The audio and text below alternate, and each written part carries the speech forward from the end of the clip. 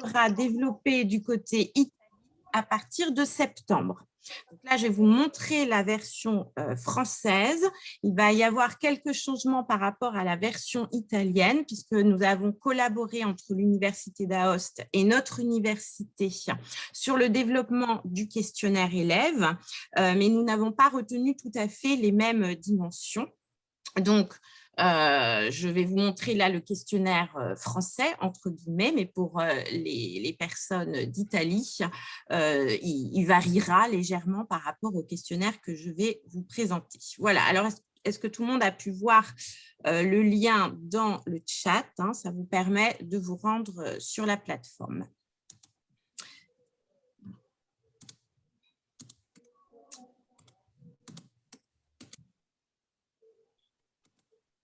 Donc, est-ce que vous pouvez dicter le lien parce que je suis de mon téléphone et j'arrive pas à me connecter. Alors, c'est https://www.primo-6 alcotra.eu.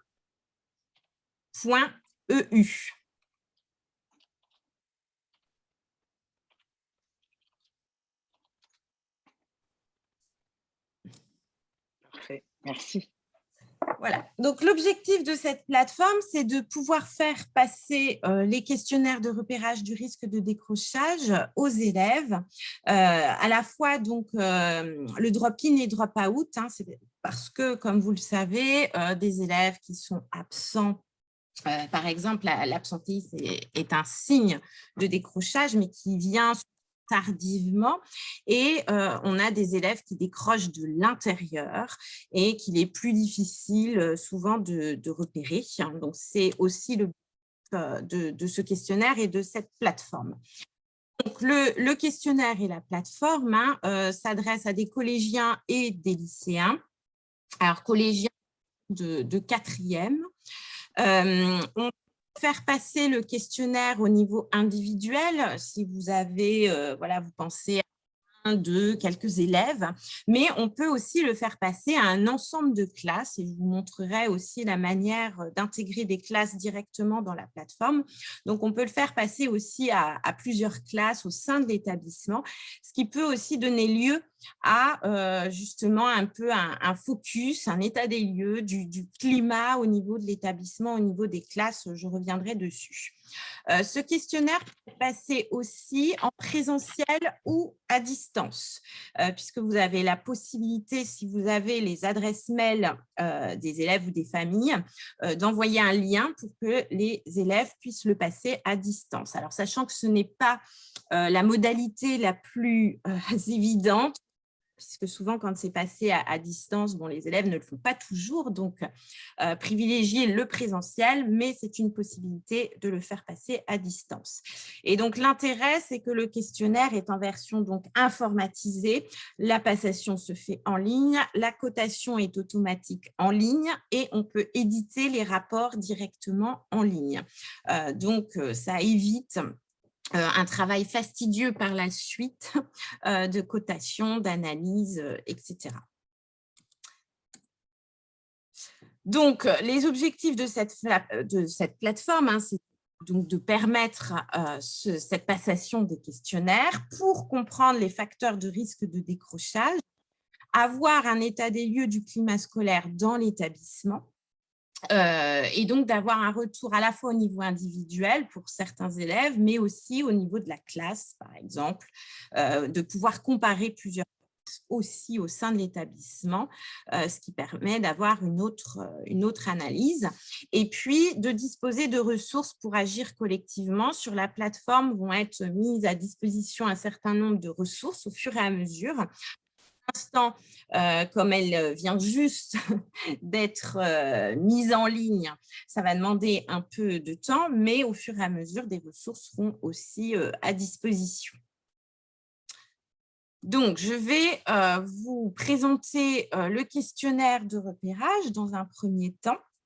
Donc, il a été élaboré dans l'objectif d'accompagner les jeunes à développer finalement leur réflexivité sur l'expérience scolaire, puisqu'on recueille leurs sentiments de manière générale par rapport à l'école. Bon, vous allez voir, il y a une vingtaine de dimensions. Hein. Ces dimensions ont été retenues suite à une revue de littérature exhaustive sur tous les facteurs qui pouvaient agir au niveau du décrochage et retenu ces différents facteurs et donc une vingtaine à peu près d'échelles. Nous avons opté pour une approche systémique puisque l'objectif, c'est de partager ensuite l'analyse qu'on peut avoir soit au niveau des élèves, soit au niveau des classes. Et donc, nous mettrons aussi à disposition des ressources pour ensuite partager l'analyse, la co-analyse des résultats et favoriser aussi la réflexion au sein des établissements scolaires. Ces questionnaires sont centrés sur le principe d'agentivité, c'est-à-dire de pouvoir vraiment favoriser l'action, entre guillemets, c'est-à-dire que nous avons retenu des facteurs sur lesquels il était possible d'agir, puisqu'il y a un certain nombre de facteurs qui sont présents dans le risque de décrochage, mais sur lesquels il est difficile d'agir. Donc là, vraiment, on a retenu les facteurs sur lesquels il était possible d'avoir une action au sein de l'établissement. Ce ne sont pas des questionnaires, entre guillemets, à visée diagnostique. Il n'y a pas de diagnostic en tant que tel. C'est plutôt de faire un état des lieux, de comprendre, d'analyser, ni prescriptive.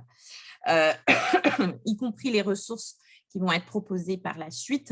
Ce sont des ressources qui peuvent être des supports, mais l'idée n'est pas, à travers la plateforme, de dire comment faire les choses, puisque chaque situation est unique et c'est vraiment dans le travail de collaboration au sein des établissements qu'il est possible d'agir. Et l'objectif aussi, c'est peut-être de changer certaines représentations autour du décrochage. Donc, le questionnaire, c'est vraiment le rapport à l'école de manière générale, comment les élèves vivent au collège ou au lycée et comment ils ou elles considèrent le collège ou le lycée. Donc, il y a 129 questions pour les collégiens, ce qui peut paraître beaucoup. Alors, c'est 20 minutes environ de passation, je reviendrai dessus.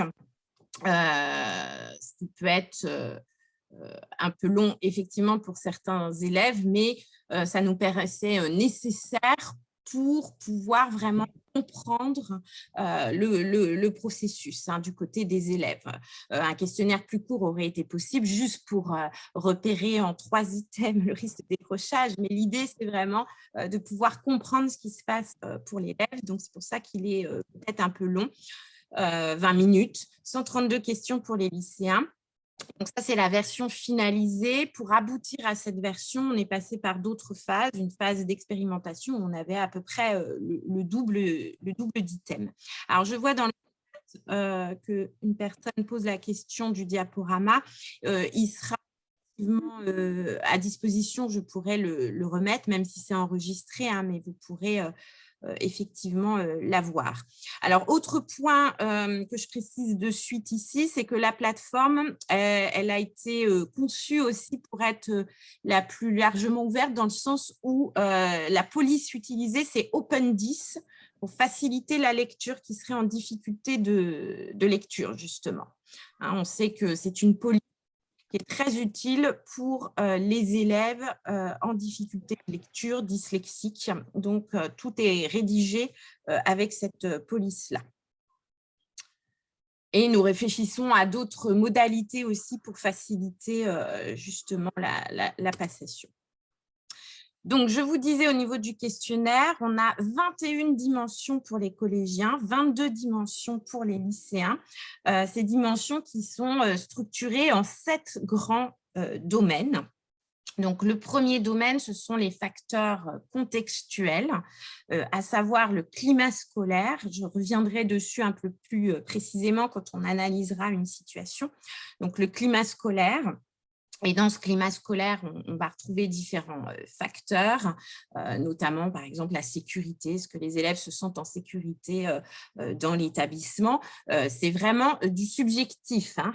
Quand les élèves peuvent indiquer qu'ils ne se sentent pas en sécurité, ça ne veut pas dire que forcément, il y a des problèmes de sécurité dans l'établissement. C'est vraiment le sentiment de l'élève, hein, je le précise.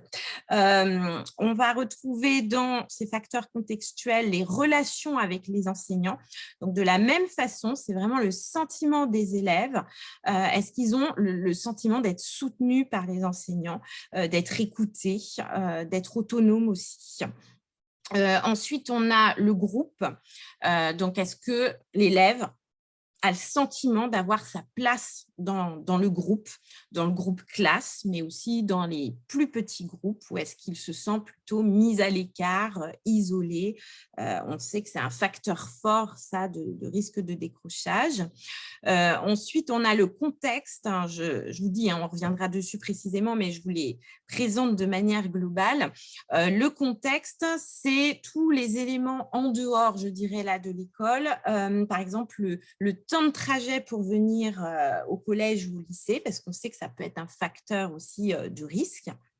Ça peut être le temps passé devant les écrans à l'extérieur, le manque de sommeil, donc tous les éléments qui peuvent agir là sur l'investissement scolaire. Ensuite, deuxième grosse dimension, ce sont les facteurs personnels, à savoir l'estime de soi scolaire. Donc, c'est le jugement qu'a l'élève de sa capacité à réussir à l'école, qui est une dimension très liée là aussi à l'investissement scolaire et donc au risque de décrochage. Et puis, de manière un peu plus générale, ce qu'on appelle la satisfaction de vie. Est-ce que l'élève voilà, est satisfait de la vie qu'il mène ou il souhaiterait en changer? Troisième grosse dimension, ce sont les manifestations de l'engagement scolaire, les manifestations finalement aussi de la motivation. Et une des premières manifestations, c'est ce qu'on appelle la persévérance. Est-ce que l'élève est capable de surmonter les difficultés, de faire des efforts pour surmonter les difficultés? Et ça aussi, on sait que la persévérance est un point fondamental dans l'apprentissage scolaire. Ah, excusez-moi, je vais couper un micro parce que j'entends du son. Voilà. Mais n'hésitez pas, hein, si vous avez des questions, vous pouvez reprendre la main. Et puis, la réflexivité, c'est dans le sens plutôt ici de tout ce qui va être métacognition, qui là aussi est très lié ensuite à l'investissement scolaire. Est-ce que les élèves ont une réflexion sur les méthodologies qu'ils mettent en place par rapport à l'école? Est-ce qu'ils ont conscience de leur méthode de travail? Est-ce ils savent comment, voilà, ils mettent en place les choses? Autre dimension, c'est le rapport à l'école, le rapport aux apprentissages, le sens finalement de l'école. Quel rapport ils ont par rapport aux apprentissages? Est-ce qu'ils pensent que l'école les aide à progresser? Est-ce qu'ils ont confiance en l'école pour les aider à progresser? Est-ce que c'est plutôt un lien? L'école est vue comme un moyen d'obtenir un diplôme, un métier, etc. Le rapport à l'évaluation, donc ici, c'est plutôt est-ce qu'ils ont un rapport à l'évaluation qui est du côté sanction? Est-ce qu'ils voient l'évaluation comme une sanction ou est-ce qu'ils voient plutôt l'évaluation comme un moyen de progresser, d'apprendre, de s'améliorer? On retrouve aussi dans ce gros facteur, dans ce gros domaine, les normes, le rapport, l'adhésion aux normes scolaires. Donc, les normes scolaires, être à l'heure, participer en classe, ne pas bavarder, être présent. Voilà. Est-ce qu'ils adhèrent à ces normes scolaires?